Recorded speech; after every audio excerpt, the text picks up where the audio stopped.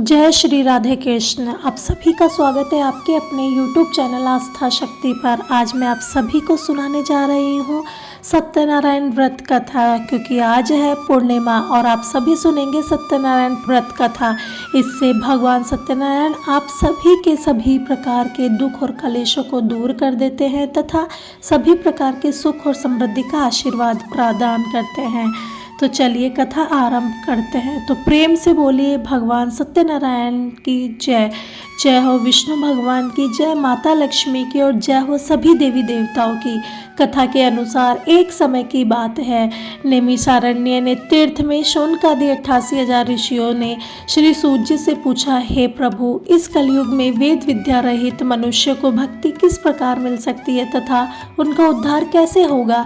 हे मुनि श्रेष्ठ, कोई ऐसा तप तो कहो, वह बतलाइए कि जिसमें हमें थोड़े ही समय में पुण्य प्राप्त हो सके, मनोवांछित फल भी मिल जाए और इस प्रकार की कथा सुनने की हम इच्छा रखते हैं।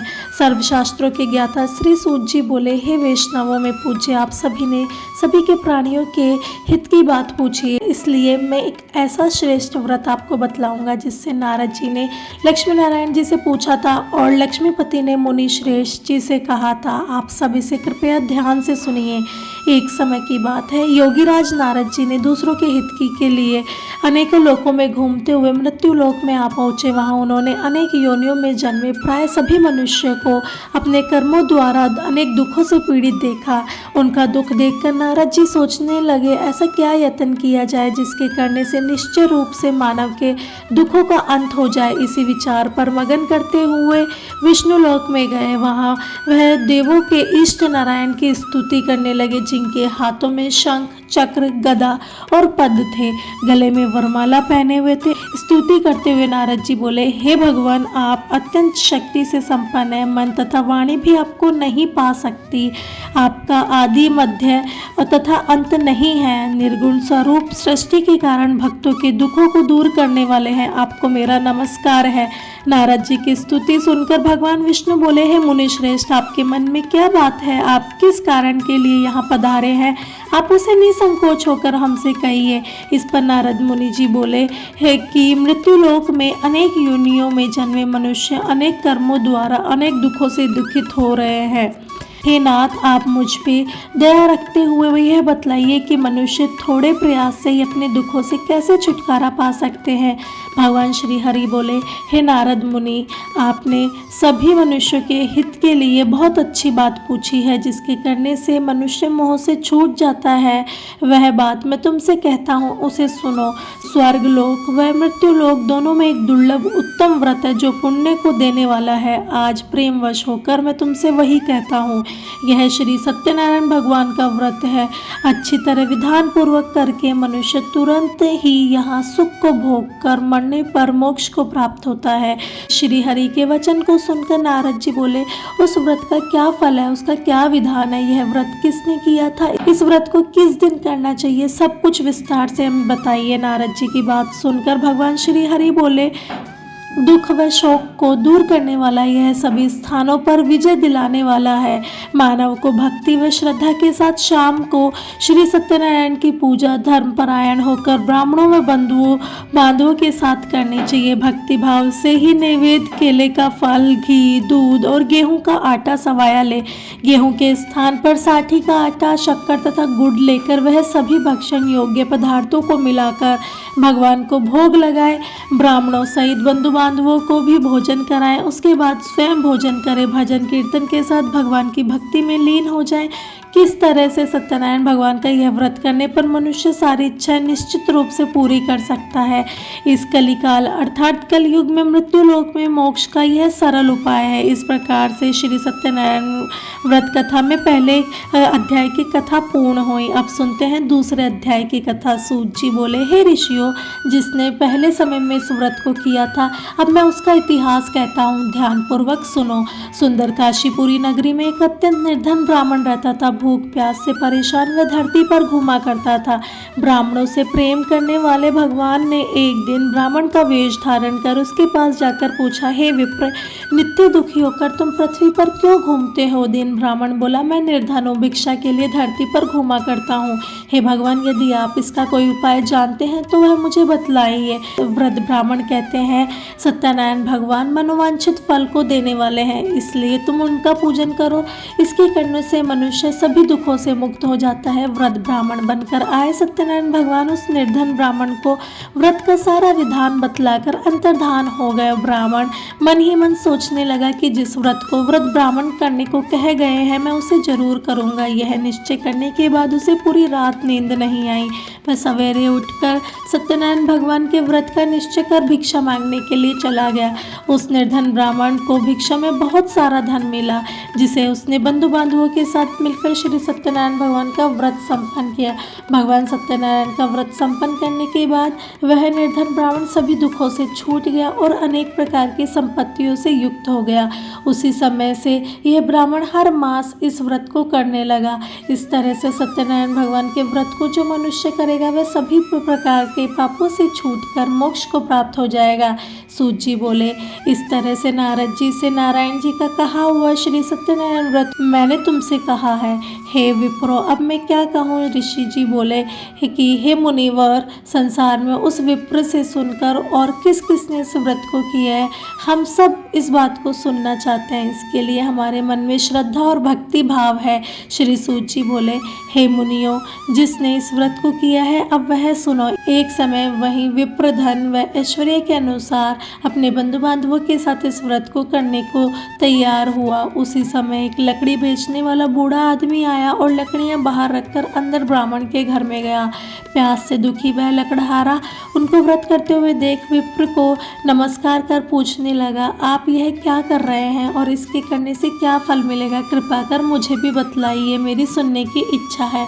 ब्राह्मण ने कहा, यह सब मनोकामनाओं को पूर्ण करने वाला भगवान सत्यनारायण का व्रत है। इसकी कृपा से ही मेरे घर में धन धान्य आदि की वृद्धि हुई है।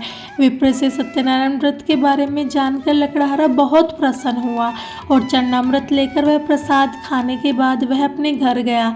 लकड़हारे ने अपने मन में संकल्प लिया कि आज लकड़ी बेचने से जो भी धन मिलेगा उसी से वह सत्यनारायण भगवान का उत्तम व्रत करेगा। मन में इस प्रकार का विचार लेकर वह लकड़हारा सिर पर लकड़ियां रखकर उस नगर में बेचने के लिए गया जहाँ पर धनी लोग रहते थे। उस नगर में उसे अपनी लकड़ियों का दाम पहले से 4 गुना अधिक मिला।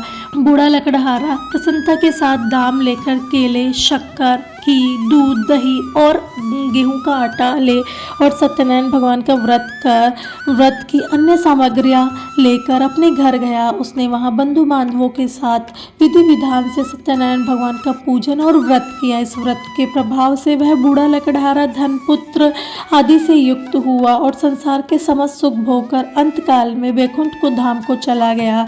इस प्रकार से श्री सत्यनारायण भगवान की व्रत कथा में दूसरे अध्याय की कथा पूर्ण हुई। तो प्रेम से बोलिए श्री सत्यनारायण भगवान की जय। अब सुनते हैं तीसरे अध्याय की कथा। श्री सूत जी बोले, हे श्रेष्ठ मुनियों, अब आगे की कथा कहता हूँ। पहले समय में उल्लामुख नाम का एक बुद्धिमान राजा था। वह सत्यवक्ता और जितेंद्रिय था। प्रतिदिन देव स्थानों पर जाता और निर्धनों को धन देकर उनके कष्ट दूर करता था। उसकी पत्नी कमल के समान मुख वाली थी तथा सती साध्वी थी। भ्रतशिला नदी के तट पर उन दोनों ने श्री सत्यनारायण भगवान का व्रत किया। उसी समय साधु नाम का एक वैश्य आया। उसके पास व्यापार के लिए बहुत साधन था। राजा को व्रत करते हुए देखकर वह विनय के साथ पूछने लगा, हे राजन, भक्ति भाव से पूर्ण होकर आप यह क्या कर रहे हैं? मेरी सुनने की इच्छा है, आप मुझे बतलाइए। राजा बोला, हे साधु, अपने बंधु बांधवों के साथ पुत्र आदि प्राप्ति के लिए एक महान शक्तिमान श्री सत्यनारायण भगवान का व्रत व पूजन कर रहा हूँ। राजा के वचन को सुनकर साधु आदर से बोला, हे राजन, मुझे इस व्रत का सारा विधान कहिए। आपके कथा अनुसार मैं भी इस व्रत को करूँगा। मेरे भी कोई संतान नहीं है और इस व्रत को करने से अवश्य ही मुझे कोई संतान की प्राप्ति होगी। राजा से व्रत का सारा विधान सुनकर व्यापार से निवृत्त हो वह अपने घर को गया। साधु वैश्य अपनी पत्नी को संतान देने वाले इस व्रत का वर्णन सुनाया और कहा कि जब मेरे संतान होगी तब मैं इस व्रत को जरूर करूँगा। साधु ने इस तरह के वचन अपनी पत्नी लीलावती से कहे। एक दिन लीलावती पति के साथ आनंदित हो संसारिक धर्म में प्रवृत्त होकर सत्यनारायण भगवान की कृपा से गर्भवती हो गई। 10वें महीने में उसके गर्भ से एक सुंदर कन्या ने जन्म लिया। दिनों दिन वह ऐसे बढ़ने लगी जैसे शुक्ल पक्ष की चंद्रमा बढ़ता हो। माता पिता ने अपनी कन्या का नाम कलावती रखा। एक दिन लीलावती ने मीठे शब्दों में अपने पति को याद दिलाया कि आपने सत्यनारायण भगवान के व्रत को जिस धारण करने का संकल्प लिया था उसे करने का समय आ गया है। आप इस व्रत को करिए। साधु बोला, हे प्रिय, इस व्रत को मैं कन्या के विवाह पर करूंगा। इस प्रकार अपनी पत्नी को आश्वासन देकर वह नगर को चला गया। कलावती पिता के घर में रहकर व्रत को प्राप्ति हो गई थी। साधु ने एक बार नगर में अपने कन्या को सखियों के साथ खेलते देखा तो वह तुरंत दूत को बुलाया और कहा कि मेरी कन्या के योग्य सुयोग्य वर देखकर लाओ। साधु की बात सुनकर दूत कंचन नगर में पहुंचे और वहां देखभाल कर लड़के के लिए सुयोग्य वणिक पुत्र को ले आए। सुयोग्य लड़के को देखकर साधु ने बंधु बांधवों को बुलाकर अपनी पुत्री का विवाह रचा दिया। लेकिन दुर्भाग्य की यह बात कि साधु अभी भी श्री सत्यनारायण भगवान का व्रत नहीं किया और इसे करने से भूल गया। इस पर श्री सत्यनारायण भगवान क्रोधित हो उठे और श्राप दे दिया कि साधु को अत्यधिक दुख मिलेगा। अपने कार्य में कुशल साधु बनिया जमाई को लेकर समुद्र के पास स्थित होकर रत्नासारपुर नगर को गया। वहां जाकर दामाद ससुर दोनों मिलकर चंद्रकेतु राजा के नगर में व्यापार करने लगे। एक दिन सत्यनारायण भगवान की माया से एक चोर राजा का धन चुराकर भाग रहा था। उसने राजा के सिपाहियों को अपना पीछा करते हुए देख चुराया हुआ धन वहां रख दिया जहां पर कि साधु अपने जमाई के साथ ठहरे हुए थे। राजा के सिपाहियों ने साधु वैश्य के पास राजा का धन पड़ा देखा तो ससुर जमाई दोनों को बांधकर प्रसन्नता से राजा के पास ले गए और कहा, उन दोनों चोरों को हम पकड़ कर लाए हैं। आज देखकर आज्ञा दिए कि इनके साथ क्या किया जाए। राजा की आज्ञा से उन दोनों को कठिन कारावास में डाल दिया गया और उनका सारा धन भी उनसे छीन लिया गया। श्री सत्यनारायण भगवान के श्राप से साधु की पत्नी भी बहुत दुखी हुई। घर में जो भी धन रखा था उसे चोर चुरा कर ले गए। शारीरिक तथा मानसिक पीड़ा व भूख से प्यास से अति दुखित हो अन्न की चिंता में कलावती अब एक ब्राह्मण के घर गई। उसने वहां सत्यनारायण भगवान का व्रत होते देखा, फिर कथा भी सुनी। वह प्रसाद ग्रहण कर रात को घर वापस आई। माता ने कलावती से पूछा, हे पुत्री, अब तक तुम कहाँ थी और तेरे मन में क्या है? कलावती ने अपनी माता से कहा, हे माता, मैंने एक ब्राह्मण के घर में श्री सत्यनारायण भगवान का व्रत देखा है। कन्या के वचन सुनकर लीलावती भगवान के पूजन के लिए तैयारी करने लगी। लीलावती ने परिवार व अन्य बंधु बांधवों के सहित सत्यनारायण भगवान का पूजन किया और वर मांगा कि उनके पति तथा जमाई शीघ्र घर को आ जावे। साथ ही यह प्रार्थना भी की कि हम सबका अपराध क्षमा करे। श्री सत्यनारायण भगवान इस व्रत से संतुष्ट हो गए और राजा चंद्रकेतु को सपने में दर्शन देकर कहा, हे राजन, तुम उन दोनों वैश्यों को छोड़ दो और तुमने उनका जो भी धन लिया है उसे वापस कर दो। अगर ऐसा नहीं किया तो मैं तुम्हारा राज्य पुत्र आदि सभी नष्ट कर दूंगा। राजा को यह सब कहकर वह अंतर्धान हो गए। प्रातःकाल सभा में राजा ने अपना स्वप्न सुनाया, फिर बोला कि वणिक पुत्रों को कैद से मुक्त कर दिया जाए और सभा में लाया जाए। दोनों ने आते ही राजा को प्रणाम किया। राजा मीठी वाणी में बोला, हे महानुभाव, भाग्यवश ऐसा कठिन दुख तुम्हें मेरे वजह से प्राप्त हुआ है, लेकिन अब तुम्हें कोई भय नहीं है।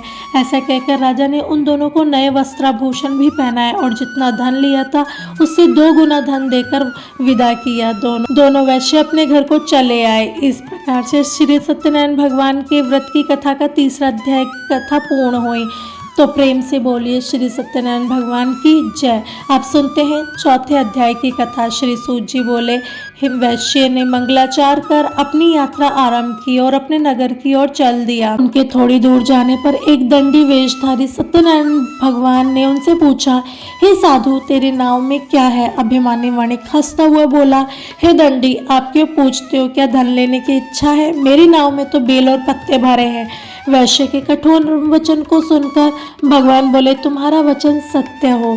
दंडी ऐसे वचन को कहकर वहां से दूर चले गए। कुछ दूर जाकर समुद्र के किनारे बैठ गए। दंडी के जाने के बाद साधु वैश्य ने नित्य क्रिया के पश्चात नाव को ऊंचा उठा हुआ देखकर अचंभा किया और नाव में बेल व पत्ते आदि को देखकर वे मूर्छित होकर जमीन पर गिर पड़े। मूर्छा खुलने पर वह अत्यंत शोक में डूब गया। तब उनका दामाद बोला कि आप शोक न मनाएं, यह दंडी का श्राप है, इसलिए हमें उनकी शरण में जाना चाहिए, तभी हमारी मनोकामना पूरी होगी। दामाद की बात को सुनकर वह दंडी के पास पहुंचे और अत्यंत भक्तिभाव से नमस्कार करके बोले, मैंने आपसे जो असत्य वचन कहे थे उसके लिए मुझे क्षमा करें। ऐसा कहकर महान शोकातुर होकर वह रोने लगा। तब दंडी भगवान बोले, हे वणिक पुत्र, मेरी आज्ञा से तुम्हें बार बार दुख प्राप्त हुआ है, तू मेरी पूजा से विमुख हुआ है। साधु बोला, हे भगवान, आपकी माया से तो ब्रह्मा आदि देवता भी आपके रूप को नहीं जान सकते, तब मैं अज्ञानी भला कैसे जान सकता हूँ। आप प्रसन्न होइए, अब मैं सामर्थ्य के अनुसार आपकी पूजा करूँगा, मेरी रक्षा कीजिए और पहले के समान नौका में धन भर दीजिए। साधु वैश्य की भक्ति पूर्वक वचन को सुनकर भगवान प्रसन्न हो गए और उसकी इच्छा के अनुसार वरदान देकर अंतर्धान हो गए। ससुर जवाई जब नाव में आए तो नाव धन से भरी हुई थी। फिर वही अपने अन्य साथियों के साथ सत्यनारायण भगवान का पूजन कर अपने नगर को चल दिए। जब नगर के नजदीक पहुंचे तो दूत को घर पर खबर करने के लिए भेज दिया। दूत साधु की पत्नी को प्रणाम कर कहता है कि मालिक अपने दामाद के साथ नगर के निकट आ गए हैं। दूत की बात को सुनकर साधु की पत्नी बड़े हर्ष के साथ सत्यनारायण भगवान का पूजन कर अपनी पुत्री कलावती से कहती है कि मैं अपने पति के दर्शन को जाती हूँ, तू कार्य पूर्ण कर शीघ्र आ जाना। माता के ऐसे वचन को सुनकर कलावती जल्दी में प्रसाद छोड़कर अपने पति के पास चली गई। प्रसाद की अवज्ञा के कारण श्री सत्यनारायण भगवान रुष्ट हो गए और नाव सहित उसके पति को पानी में डुबो दिया। कलावती अपने पति को वहां न पाकर रोती हुई जमीन पर गिर गई। नौका को डूबा हुआ देखकर वह कन्या को रोता हुआ देखकर साधु दुखी होकर बोला, हे प्रभु, मुझसे तथा मेरे परिवार से जो भी भूल हुई है आप उसे क्षमा कीजिए। साधु के दीन वचन को सुनकर श्री सत्यनारायण भगवान प्रसन्न हो गए और आकाशवाणी हुई कि हे साधु, तेरी कन्या मेरे प्रसाद को छोड़कर आई है। उसका पति अदृश्य हुआ है, यदि वह घर जाकर प्रसाद खाकर लौटती है तो उसे उसका पति अवश्य प्राप्त होगा। ऐसी आकाशवाणी को सुनकर कलावती घर पहुंचकर प्रसाद खाती है, फिर अपने पति के दर्शन को आती है। इसके बाद साधु अपने बंधु बांधवों सहित श्री सत्यनारायण भगवान का विधि विधान से पूजन करते हैं और इस लोक का सुख भोग कर अंत में स्वर्ग को जाते हैं। इस प्रकार से श्री सत्यनारायण भगवान के व्रत की कथा का चौथे अध्याय की कथा भी पूर्ण हुई। तो प्रेम से बोलिए श्री सत्यनारायण भगवान की जय। तो अब सुनते हैं 5वें अध्याय की कथा। सूत जी बोले, हे ऋषियों, मैं और भी कथा सुनाता हूँ, उसे ध्यानपूर्वक सुनो। प्रजापालन में लिंग तुंगध्वज नाम का एक राजा था। उसने भी भगवान का प्रसाद त्याग कर बहुत दुख पाया। एक बार वन में जाकर वन्य पशुओं को मारकर वह पेड़ के नीचे बैठ गया। वहां उसने ग्वालों को भक्ति भाव से बंधु बांधवों के सहित सत्यनारायण भगवान का पूजन करते हुए देखा। अभिमानवश राजा ने उन्हें देखकर पूजा स्थान में नहीं गया और ना ही भगवान को नमस्कार किया। ग्वालों ने जब राजा को प्रसाद दिया तो उन्होंने प्रसाद भी नहीं खाया और प्रसाद को वहीं छोड़कर अपने नगर को चला गया। जब वह नगर पहुंचा तो वहां सब कुछ तहस नहस हुआ था। तो वह शीघ्र समझ गया कि यह सब भगवान ने ही किया है। वह दोबारा ग्वालों के पास पहुंचा और विधि पूर्वक पूजा करके प्रसाद खाया तो सत्यनारायण भगवान की कृपा से सब कुछ पहले जैसा हो गया और दीर्घ काल तक सुख भोगने के बाद मरणोपरांत उसे स्वर्ग की प्राप्ति हुई। जो भी मनुष्य परम दुर्लभ इस व्रत को करेगा तो भगवान सत्यनारायण की अनुकंपा से उसे धन धान्य की प्राप्ति होगी। निर्धन धनी हो जाता है और भयमुक्त जीवन जीता है। संतानहीन मनुष्य को संतान का सुख प्राप्त होता है और सारे मनोरथ पूर्ण होने पर मानव अंत काल में बैकुंठ धाम को जाता है। श्री सूत जी बोले, जिन्होंने व्रत को पहले किया है अब उनके जन्म की दूसरी कथा कहता हूँ। व्रत सतानंद ब्राह्मण ने सुदामा का जन्म लेकर मोक्ष की प्राप्ति की। लकड़हारे ने अगले जन्म में निषाद बनकर मोक्ष को प्राप्त किया। उल्लामुख नाम का राजा दशरथ होकर वैकुंठ को गए। साधु नाम के वैश्य ने मोर ध्वज बनकर अपने पुत्र को आरे से चीरकर मोक्ष पाया।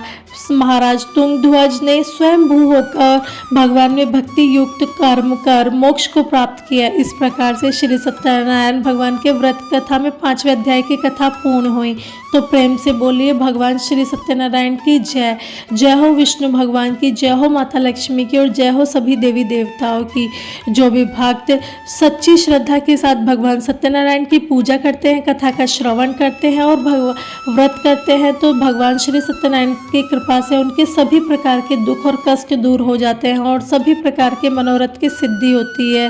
अंत में भगवान के धाम की प्राप्ति होती है। तो मैं आशा करती हूँ आपको यह कथा अच्छी लगी होगी और आपने इस कथा का श्रवण किया होगा। तो भगवान आप सभी की मनोकामना को पूर्ण करें और जल्दी से आप हमारे चैनल को सब्सक्राइब कर लीजिए और शेयर कीजिएगा और लाइक ज़रूर कीजिएगा। धन्यवाद।